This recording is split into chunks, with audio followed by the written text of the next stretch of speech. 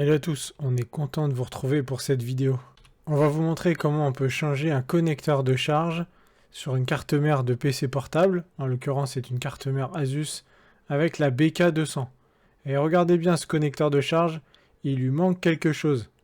En fait, normalement, à l'intérieur, il y a une patte qui conduit le courant positif. Et voilà, ça, c'est le nouveau connecteur. Bon, allez, on s'y met. Mais avant cela, on voulait faire une petite opération de micro-soudure qui va servir également un petit peu d'expérience. On va venir ajouter un petit peu d'étain sur toutes les pattes de ce connecteur. Puisque nous allons essayer de faire cette opération dans le même cycle de chauffe, nous désirons faire en sorte que suffisamment d'étain soit déjà en place lorsque nous allons mettre le nouveau connecteur.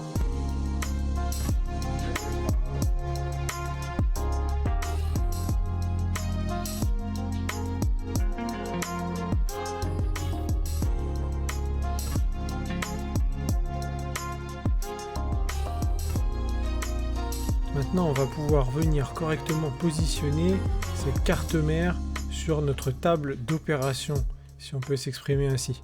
Et on va pouvoir s'aider de ces aimants stabilisateurs qui vraiment, on peut le dire, s'adaptent à toutes les situations et à toutes les tailles de carte PCB.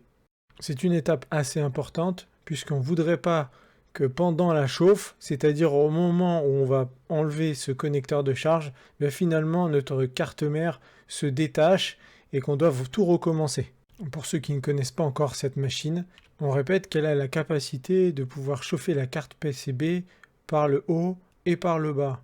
On s'assure bien également que la partie du haut revient bien en arrière, on ne voudrait pas que ça vienne buter contre la pièce à changer. On rappelle que le point de fusion de l'étain est de l'ordre d'environ 230 degrés Celsius. Donc nous, on va choisir un programme qui va dépasser ce point de fusion et ce qui nous permettra d'enlever la pièce dans un premier temps et de remettre la nouvelle.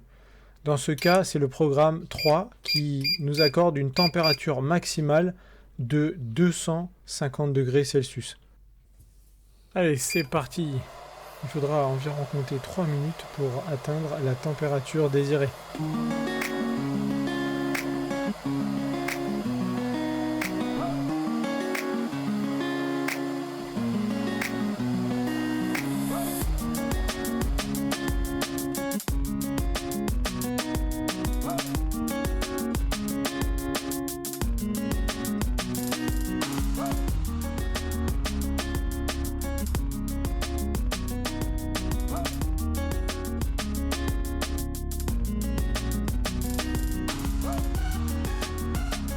Puisqu'on arrive presque à la fin du cycle, on tâte un petit peu le terrain pour voir si la pièce commence à s'enlever.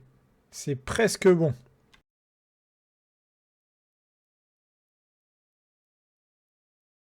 Attention, regardez bien, c'est le moment le plus important de la vidéo et ça va aller très rapidement.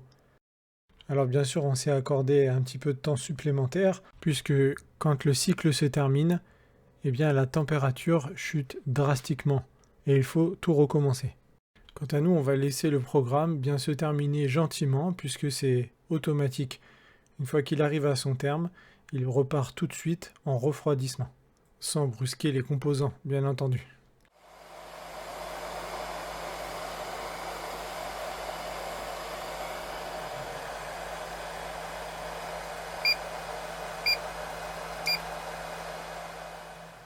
Vous pouvez un peu taquiner la pièce gentiment pendant que la fusion est encore active pour être sûr que toutes les pattes sont bien chargées en étain.